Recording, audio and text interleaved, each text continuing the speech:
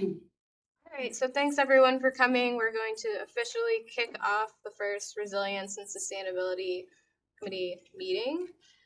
So I guess this is our official call to order. We thought we would just start by doing introductions. So we'll just keep it kind of quick. We can just say your name, your organization, what you do, and one task or activity or project that you're really looking forward to working on in this committee. And if you don't know, that's fine too.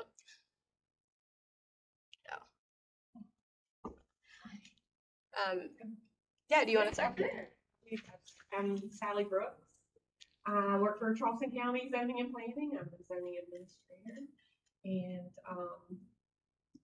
I'm excited to try to get some of these comp plan recommendations turned into something usable.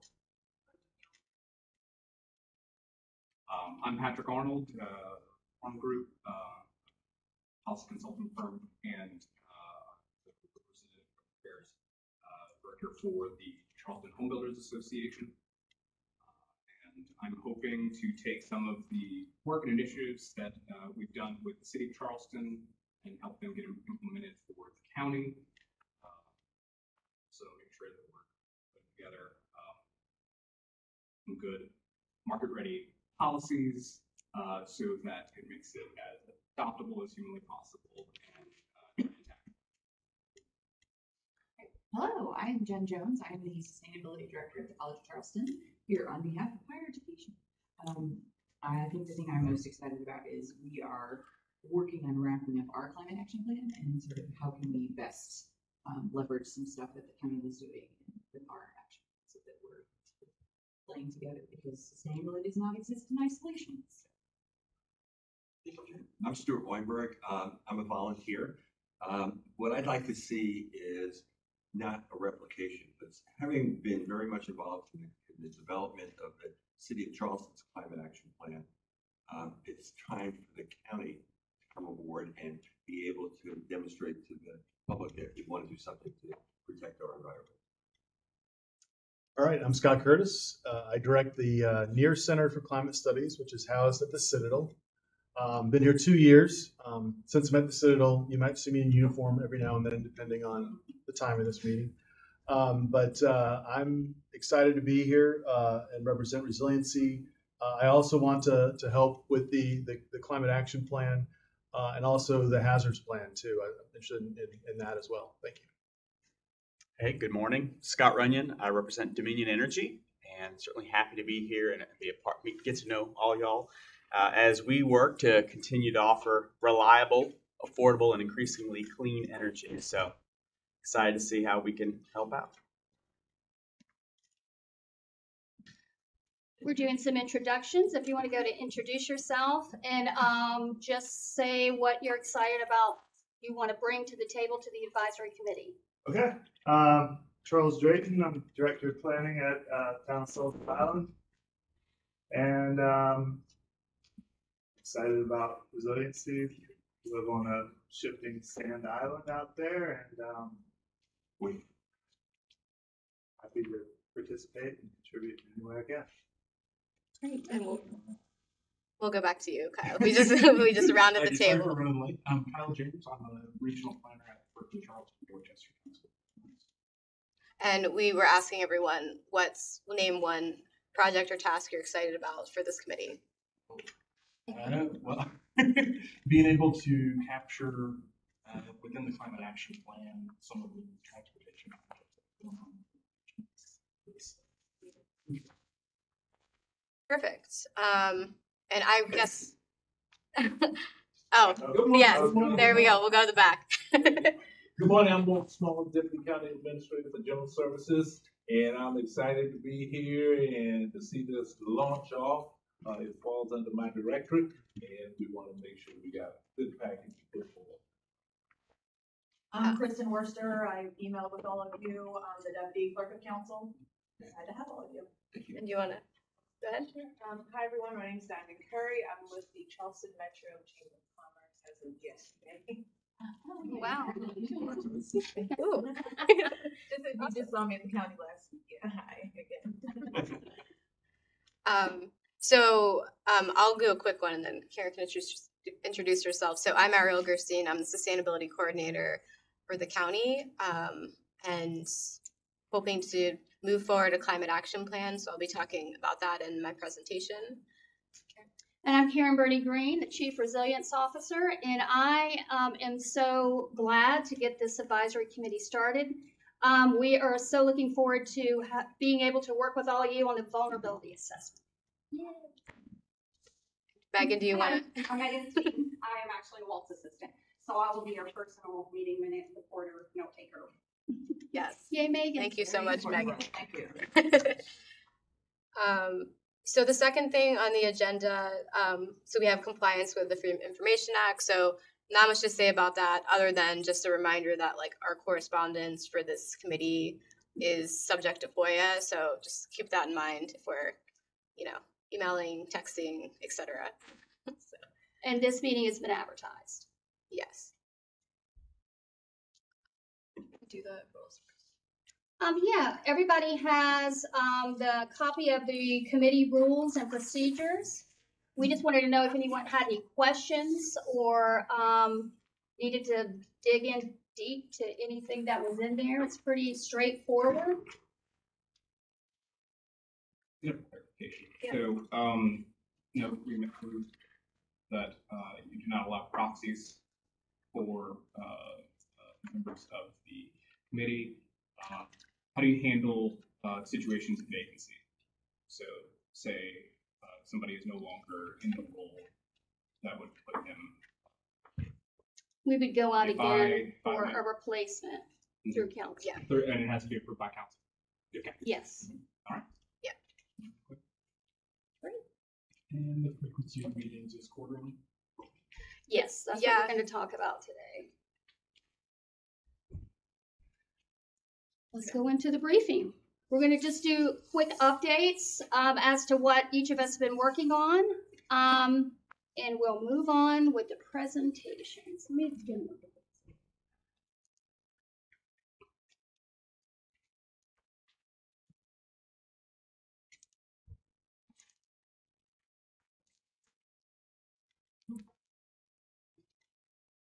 You want to switch? Yeah. I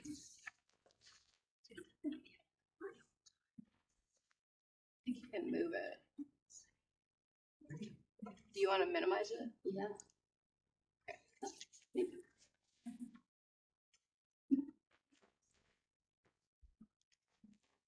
Okay, so we're just going to do a high-level briefing on what we've been working on in the county and resiliency. Well, no, it's not working. Sorry, technical difficulties. Okay, just do the mouse. Okay. All right. What is resiliency? Resiliency is the ability of a community to respond, adapt, and thrive under changing conditions, including to recurrent burdens and sudden disasters.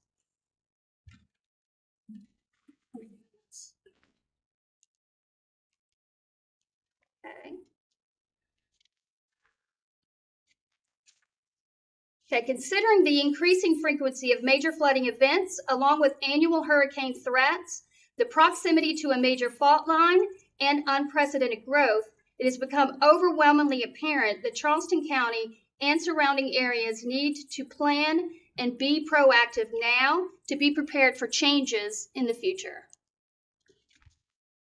One of the biggest issues we face today is flooding. As we all know, Charleston County's geography is first and foremost defined by water. Because 68% of the county lies within the floodplain, a proactive approach to flooding is necessary to protect our community and make it more resilient.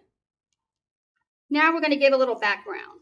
In 2019, the Planning Commission created a resilience committee. This committee's mission to create a resilience element for incorporation into the Charleston County Comprehensive Plan. This element would explain high water impacts and other resilient issues and would identify goals, needs, and strategies. The Resilience Committee gathered information from different subject matter experts to include case studies from the Netherlands, as well as Virginia and Fort Lauderdale, Florida. The committee used this information to create the final draft of the resilience element that was approved by Council in March of 2020. The resilience element outlines specific action items. One of the items we are currently working on is the All Hazards Vulnerability Assessment. The county was awarded 2 grants to fund this assessment. We are currently working with the consulting firm Fernleaf to finalize the scope. This vulnerability assessment is a huge step for resiliency in the county. This assessment will be used as the source or starting point for data for all other resilience initiatives as the county works to prioritize what to do now and what to do next. Some of the items in this assessment will address floodplain inundation, current tidal flooding, midterm and long-term sea level rise, storm surge, property-based and social vulnerability risk. And one of those examples of social vulnerability would be to look at, is there any SNAP retailers in floodplains and flood areas? So that's one of the good things that we're going to be doing in this assessment. This assessment is slated to take approximately 12 months, and the county will be responsible for pulling together a core team that will consist of the RSAC, county staff, as well as community engagement. We'll be using this planning team throughout this assessment, and once the final report is delivered, we will be using the planning team to prioritize these vulnerabilities that will be used to create action items for the future. Another item we've been working on is a tree canopy study. We received a grant from the South Carolina Forestry Commission that focused on 2 key areas, West Ashley and Johns Island. The study produced a land cover map at 1 meter for urban areas and 30 meters for rural areas. This also included a plantable area map to calculate how many additional trees that would be added in these specific areas. We are currently working with GIS to tweak this information, and we are looking forward to finalizing this soon. And here is just a quick look at what we've received. Here you can see some of the areas where the new trees are possible, as well as percentages of small trees versus large trees in these areas. I have also met this week with Charleston Parks Conservancy to collaborate on an additional tree project. Here are some additional collaborations we're working on with the city. The Woodwell Project. This is a science-based nonprofit that does long-term compound flood modeling. We're also working on the Del Taras Project. This is a critical infrastructure failure flood modeling tool, as well as Waze. And most of you are probably familiar with Waze on your phone. This will offer real-time street-level alerts of flooded roads. We're also working with creating a Tri-County Resilience Task Force that consists of the City of Charleston, Town of Mount Pleasant, and the City of North Charleston. The task force is also looking into resurrecting the Charleston Resilience Network. And what we understand right now is they do not have a director, but we're trying to locate the members and try to get this going again. And this will be a good tool for the county and the city, Berkeley, Dorchester. It'll be more like a regional task force. In conclusion, we know this scope of resilience goes far beyond the topics covered in this presentation. I look forward to working with you to create a more resilient Charleston County. Below is our resilience and sustainability website link and also a resilient storyboard. And we'll be going into more depth as we move forward on projects that we're working on, but this was just a high-level item that we pulled together. I'll also send a presentation if anybody has any questions. Yes, yes. Thank you. If there's no questions, then I'll move on to the sustainability. You mentioned there's a lot of other aspects of hazard and vulnerability that you just mentioned. Yes, yes. And there's more action items that came out of the resilience element that we're working on with other departments in the county. So we'll be sending that out also.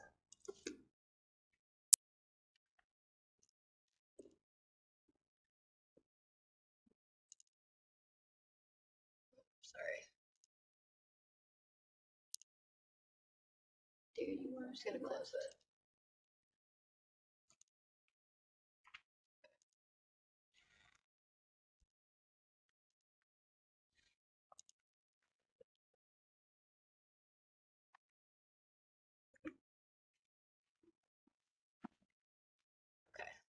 Try to make this to the bottom. Okay. All right, there we go.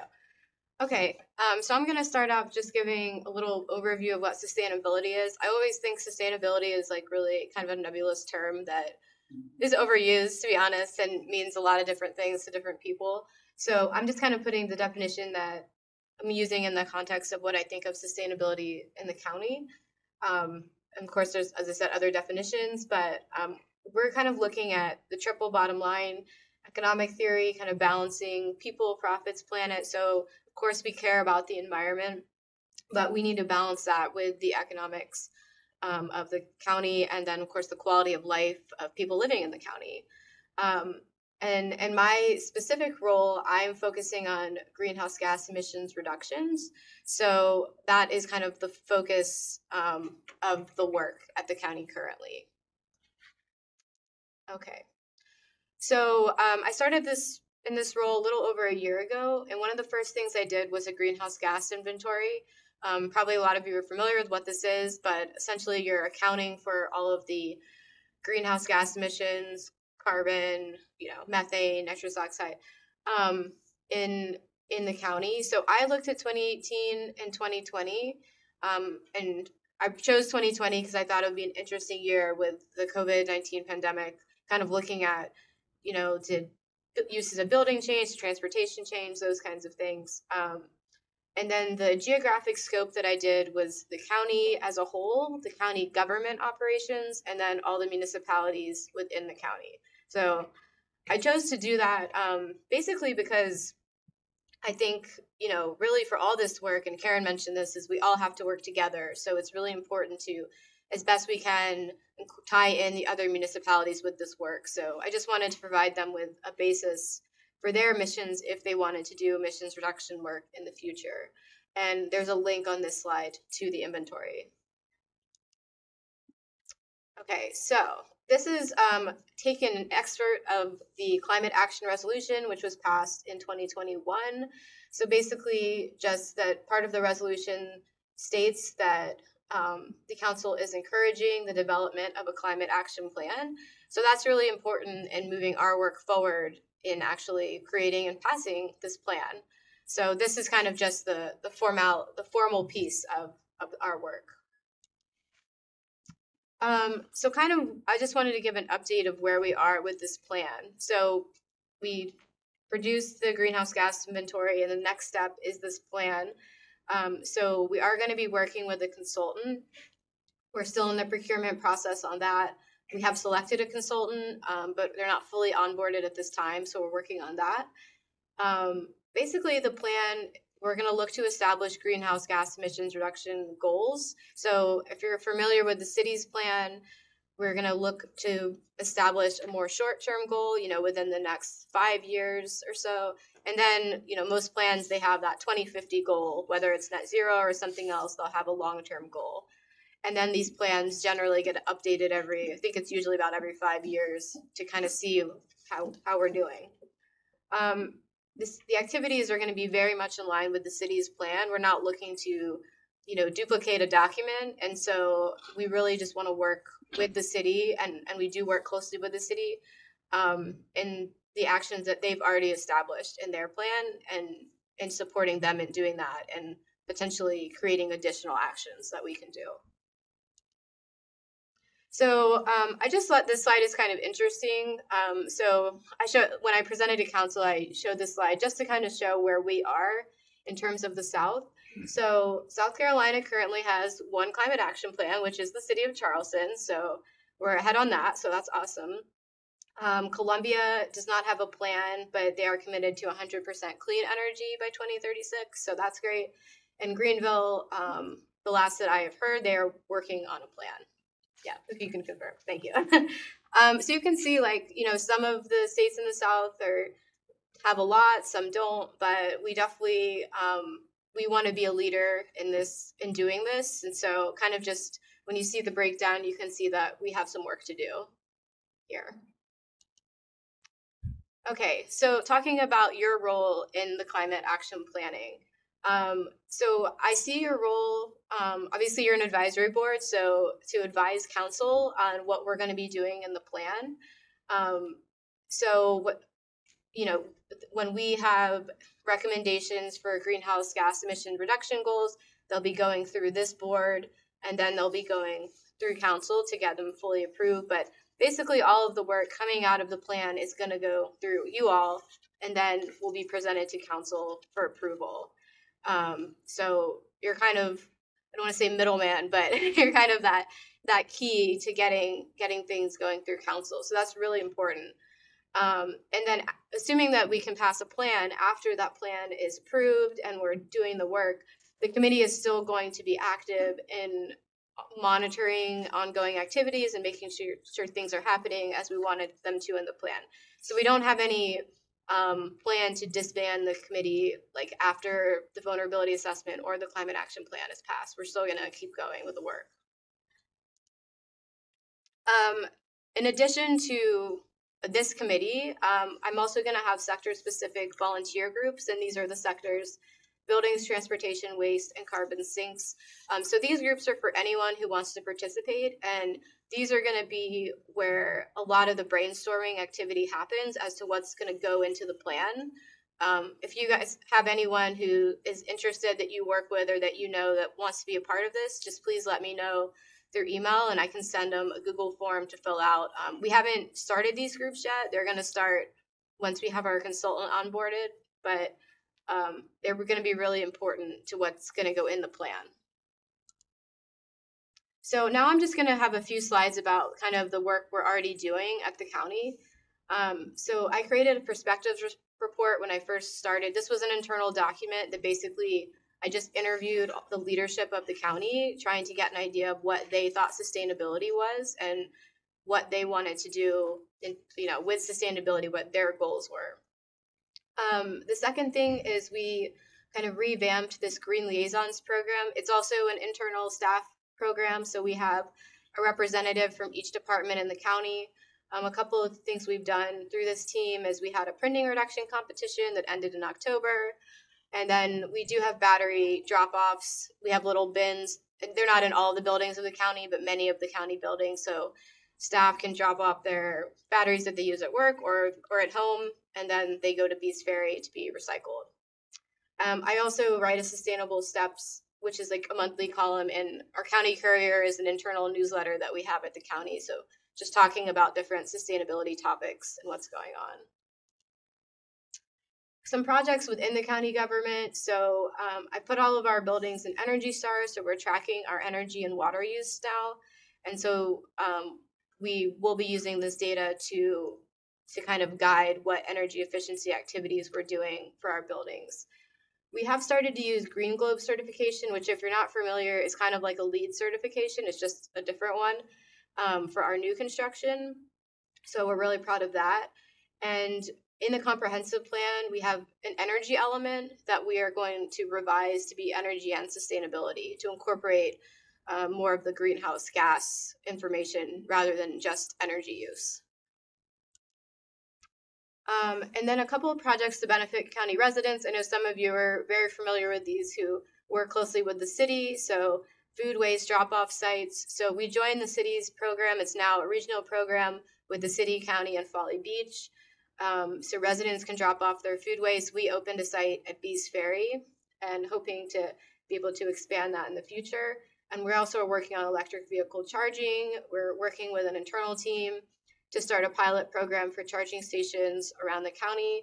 And we received the South Carolina Energy Office mini grant, the $10,000 grant for this project. A couple of communications and marketing things. So Karen mentioned that we have a website with the information about the programs we're doing. I produced a sustainability video when I first started so residents and county staff would understand kind of what sustainability is and why it's important. And I also run Instagram and Facebook for sustainability topics. So anything going on in sustainability around the county, or other people doing sustainability work, there's a good place to kind of market it. And that is all I have. Any questions? No, that was a lot. So. Yeah, there was a lot to May I ingest. make a comment? Yeah. It's interesting that you mentioned Columbia, and that's a lesson for all of us. Columbia did have a whole plan. They were under the 5 Stars program, which sort of died out, and they were looking almost at every facet of life. But what happened was that they didn't have control. So many of their goals were not attainable because the city didn't have the authority or the power or the money to be able to do that. So it eventually just died away.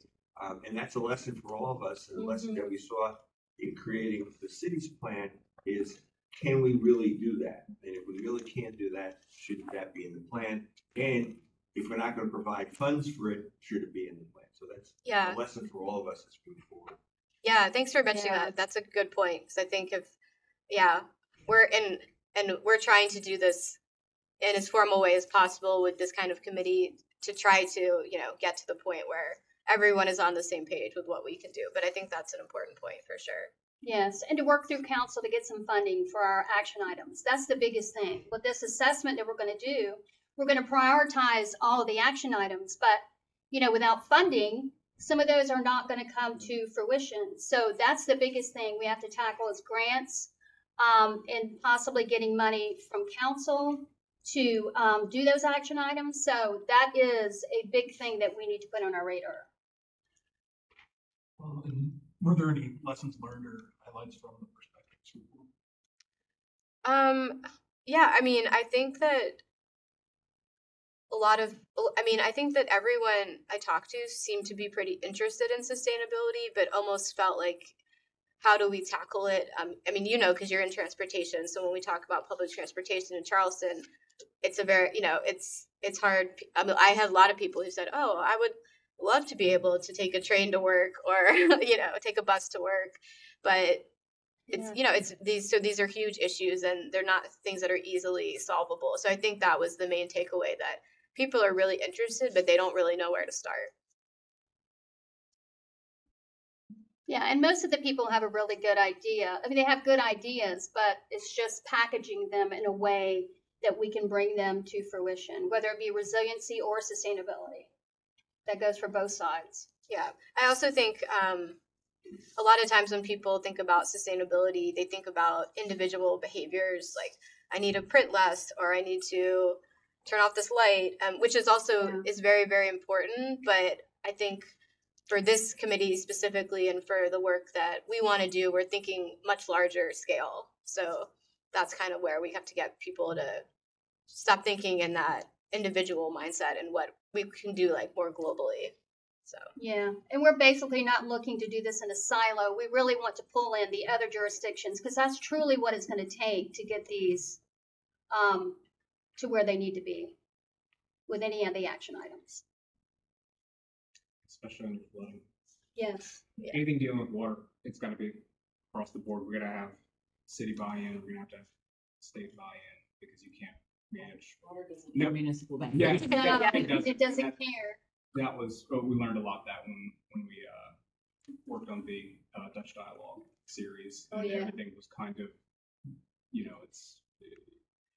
it spreads really far what you need to do. Some of it's very simple and some of it's very complex. Yeah, I've read some of the Dutch dialogues, and a lot of it is very complex, reading it and trying to wrap your head around it, but it is huge. Mm-hmm. It's a great document. Yeah, you stop looking at things in terms of jurisdiction, and then, then you find out working your way backwards. All right, so who makes state's in charge of this outflow. I can only fix 1/3 of this, which means I can fix it. Yeah, and I think most of the jurisdictions are they're willing to come to the table. Mm-hmm. So it's really exciting to pull them in on some of the collaborations that we're working on now. And I think one of the other things that will be a challenge for this group is trying to get people to think long term rather than in annual budget cycles. So, which is hard to get out of. Yeah, because we all work in annual budget cycles. climate change in a fiscal year. No, no. I will say though, that was one thing that we did make a big point of highlighting with City Charleston and from the Dutch Dialogue series was that universally the engineering community did say something that happens year over year that gets lost when we're talking about big picture is just maintenance. It is hard, it is incredibly hard to keep up with the systems that exist or that we, in a lot of cases, were put there and we don't even know that they still exist. And that we can't lose focus on the day-to-day when we're talking about stuff tomorrow, because that is some of the most impactful flooding we Yes, have. and that doesn't go away. So it's kind of seeing it from both eyes. We're so excited to get this started. So I guess the next topic is we need to decide on what day of the week we're going to have the meeting and at what time works for everybody's schedule. That's the biggest thing, is to get everybody on the same page in the same meeting.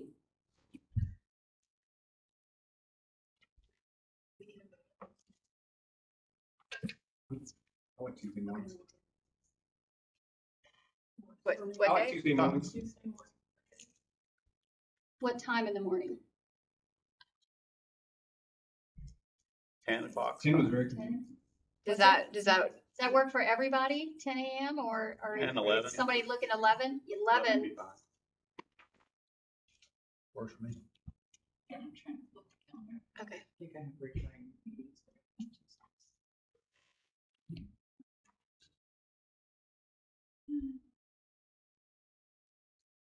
My Outlook is stop letting me touch my button.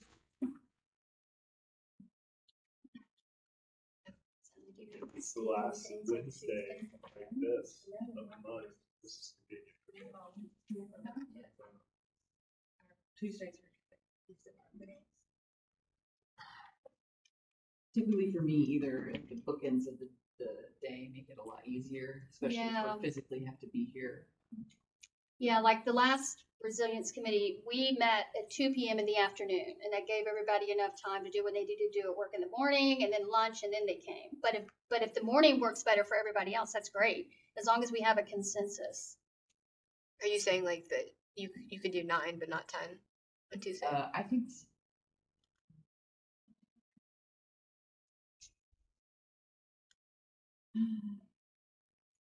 we're just getting our students back on board, so finding their regular schedule. Yeah, I have an 11 recurring on Tuesdays, so it would have to be 9 or 9:30. Okay. And we're looking at these probably lasting about an hour. But with Yeah. specific meetings where we're going over specific items with the assessment or the climate action plan, we might need a little longer. So that's the only thing. We could possibly on those times push it to another day, but then that makes it difficult. It's a regular schedule with one of my Yes. employees, so it's Yes. on occasion I could bleed over, but yeah, if we could do 9 or 9:30 on a Tuesday, that would work. Does that work for everyone else? Does that work? Okay. So 9 or 9:30? Which one? 9:30. 9:30? You good with 9:30? Does that give you enough time? Yeah, it's 15 minutes. 15 minutes, yeah. Okay. And I think our next meeting will probably be in March. Not sure exactly which day in March is. So, but Tuesday at 9:30 works. Doesn't matter the week. For us, we can avoid April, May, and August. Those are our. Okay, that should be fine. Because if we're doing like every 3 months, then I think that should work. The sooner we get it out there, the I can block it. Yeah, Yeah, that's what we were yeah. saying. That's why we decided to do this today. We'll put out a recurring meeting invite. And I think if we need to have, like Karen was saying, like a special meeting to talk about something specifically that's coming up, then we'll just do it on an off time. But okay. Well, I don't think we have to vote. So everybody said they agree. oh, does Kristen not enter? Okay. Okay. She didn't say it's specific. Okay. Well, if we can do it next time. We have to. Okay. That Well, sounds good. does anyone have any questions in general about like how this is going to work? We just wanted to give you an overview kind of what we're already doing and as our projects move ahead, like what we're going to be talking about with you guys. Yeah, and we'll be given future updates. But we can send the PowerPoints out today after this meeting to everyone. If anybody has any questions on those, just shoot us an email back. We'll be glad to answer it. Yeah, okay. Awesome. You want to address the chair and vice chair of the election? Oh, process? Yes. Yes, yeah, a couple members are missing today, so we were just going to vote on that next meeting and hold off for this meeting on that, but think about, I guess, if you're interested in being chair or vice chair. Yeah, nominate yourself and then nominate yourself and then we'll vote. Start the campaign. Yeah. Gives you some time for your. Yeah, so we're gonna need a chair and a vice chair. So we have a list of the contacts of everybody on here. We can send that out. Yes. We're